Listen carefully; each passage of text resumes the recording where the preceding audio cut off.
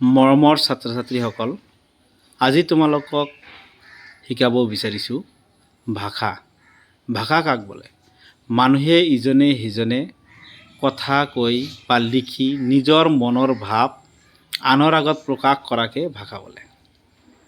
কথাটো হ'ল এনেকুৱা, তোমাৰ যিটো ভাষা আছে, তুমি আৰু এজনক কথাটো ক'লা, যেনেকৈ তুমি ক'ত গৈ আছা? সি ক'লে যে মই বজাৰত গৈ আছোঁ। তুমি ক'ৰ পৰা আহিছা? মই বজাৰৰ পৰা আহিলোঁ। এজনে আনজনৰ মুখৰ কথা, যিবিলাক কথা ভাষা প্ৰকাশ কৰে, মনৰ আগত প্ৰকাশ কৰে, তাকে কি বোলে? ভাষা বোলে। যেনেকুৱা অসমীয়া ভাষা, হিন্দী ভাষা, বঙালী ভাষা, উৰ্দু ভাষা, বহুত আছে। বেলেগ বেলেগ ঠাইৰ বেলেগ বেলেগ ভাষা হ'ব পাৰে। বেলেগ বেলেগ ঠাইৰ বেলেগ বেলেগ ভাষা হ'ব পাৰে। ঠিক আছে? এতিয়া শুনা, সেই ভাষাবোৰ কেইবিধ? এই ভাষাবোৰ কেইবিধ? আকৌ দুই ভাগত বিভক্ত।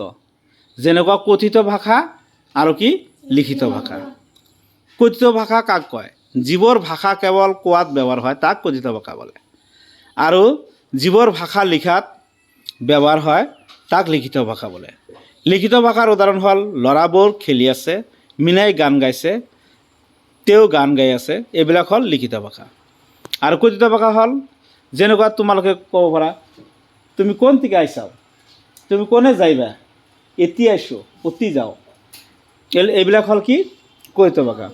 কিন্তু লিখিত ভাষা হ'ল যেনেকুৱা ইংৰাজীত ভাষাত লিখিত what are you going, what are you doing, why have you come here. আৰু অসমীয়াত তুমি কি কৰি আছা, তুমি কি কিনি আছা, ল'ৰাবোৰে খেলি আছে, মীনাই গান গাই আছে, এনেকুৱা হ'ল এইটো কি হ'ব? লিখিত ভাষা। আৰু কথিত ভাষাবিলাক তেনেকুৱা নহয়। কথিত ভাষাবিলাক এনেই কিবা এটা কৈ থাকে যে তুমি ক'ত, তুমি কোনদে যাবা, কোনদে আসবা, এনেকুৱা চাইজৰ। ঠিক আছে?